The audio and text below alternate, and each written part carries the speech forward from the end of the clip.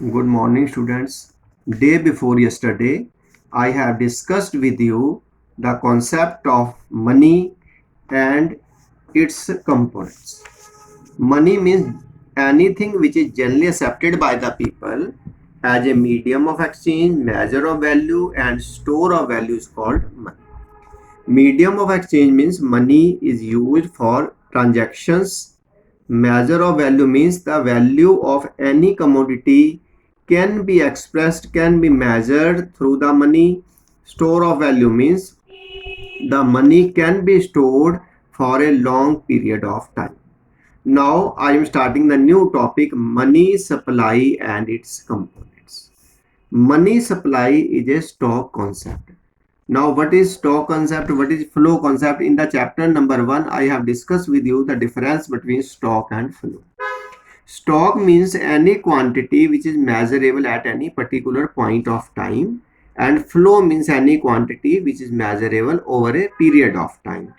Now, money supply is a stock concept. Start the writing, or if the question, direct question is in the CBSE, what is money supply and what are its component? Write its answer starts from here.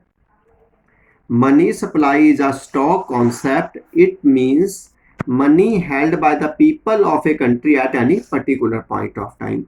Now, why I write particular point of time? Because it is a stock concept, and stock means the variable. Stock means the quantity which is measurable at any point of time. So, money supply is a stock concept. It means money held by the people of a country at any particular point of time.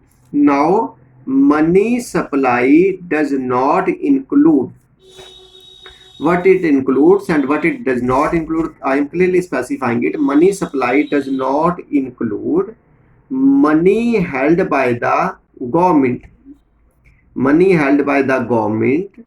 and financial system of that country, that is a banking system. And banking system, money supply is the question word of 1 marks. What money supply does not include? Simply write money supply does not include money held by the government and banking system or financial system of the country.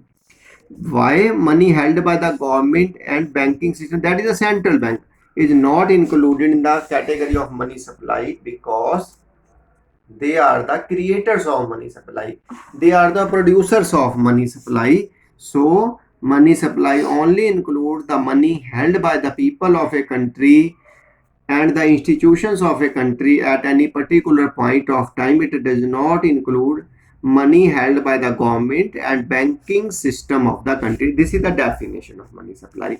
You simply write up to this level, the answer may be concluded. The money supply is a stock concept. It means money held by the people of a country at any particular point of time. Now starts components of money supply. Make one more heading, components of money supply. Before discussing the components of money supply, in India, money supply definition is bifurcated into two parts: narrow definition of money supply and broad definition of money supply. As far as the narrow definition of money supply is concerned, money supply includes M1, means only the first component. It is the narrow definition of money supply.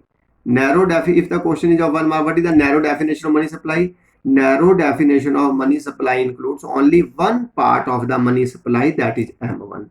M1 further includes currency plus demand deposits plus other deposits. I am telling you these in detail, but before discussing this, I want to tell you there are three main components of three main parts of M1, that is currency, demand deposits and other deposits. Now starts the broad definition of money supply. Broad definition of money supply includes M1 plus M2 plus M3 and M4. So it is the broad definition of money. Broad definition of money. But as far as the CBSE syllabus is concerned, only narrow definition is asked. Narrow definition is your syllabus. You need not to be study the detailed or broad definition of money supply, that is M1, M2, M3 and M4, because M1 M2, M3 and M4 has further subparts. You have to need only study the components of M1, that is the narrow definition of money supply.